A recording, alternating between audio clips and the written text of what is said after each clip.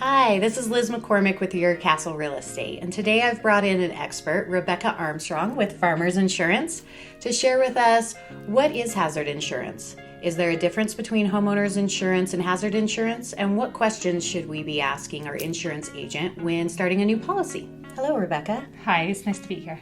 Thank you. I appreciate you guiding us through this process. Before we get into the insurance side, I'd like to touch a little bit about homeowners insurance on the real estate side.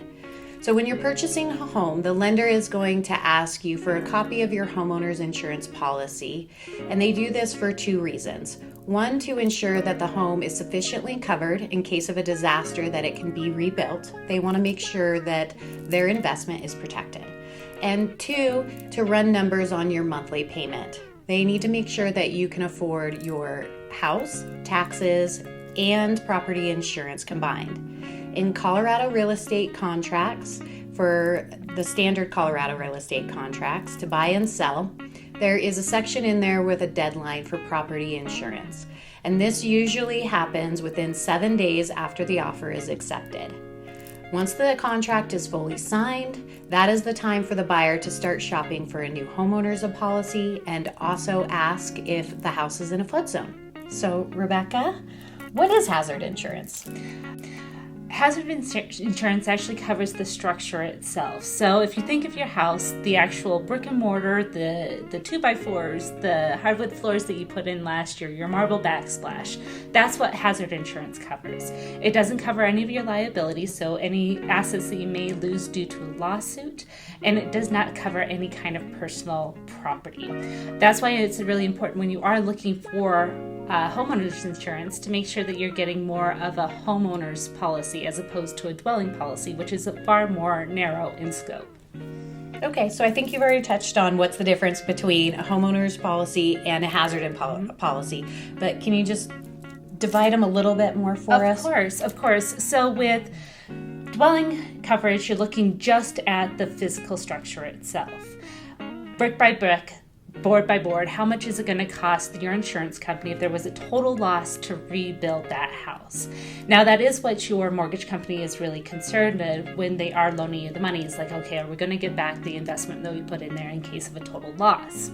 For most homeowners, however, we're more concerned with, are we going to get our personal property replaced? Hey, that bookshelf that I have put in, all of my books, all of my jewelry, everything that is inside my house, is that going to be replaced in the case of a total loss? Also, we're concerned as homeowners as to whether or not we are exposed for a lawsuit. So if we have friends come over and somebody slips, falls, and hurts themselves and comes back and sues us, are we going to have that protection? In a dwelling coverage, you're not going to have that kind of protection. That is simply for the structure itself, where a homeowner's policy is more for covering your personal possessions and the liability that you are at risk for being sued for. So if I understand this right too, really in the insurance policy, is it not called hazard, it's called dwelling?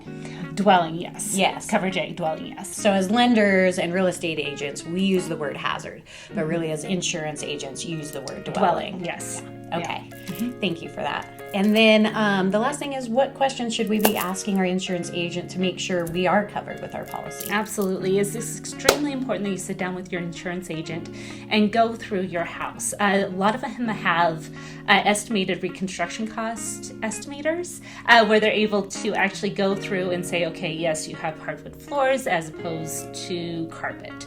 So we're going to calculate that at a higher amount and actually get a good idea as to how much your house is actually worth and how much it would cost to actually rebuild it. Now keep in mind that there's a difference between perceived value and the actual cost it would be to actually rebuild the house. And so insurance is really concerned with, okay, we don't care about land, we don't care about perceived value of the property. All we care is how much is it going to be to replace that 2x4 when we have to replace it. All right, thank you. I appreciate that. So I'm Liz McCormick, and if you have any questions, you can reach me at 303-907-5642. My name is Rebecca Armstrong. I can be reached at 303-922-0372. All right, leave your comments below and give us a call if you have any questions. I hope you found this information helpful. Thank you. Thank you. Bye.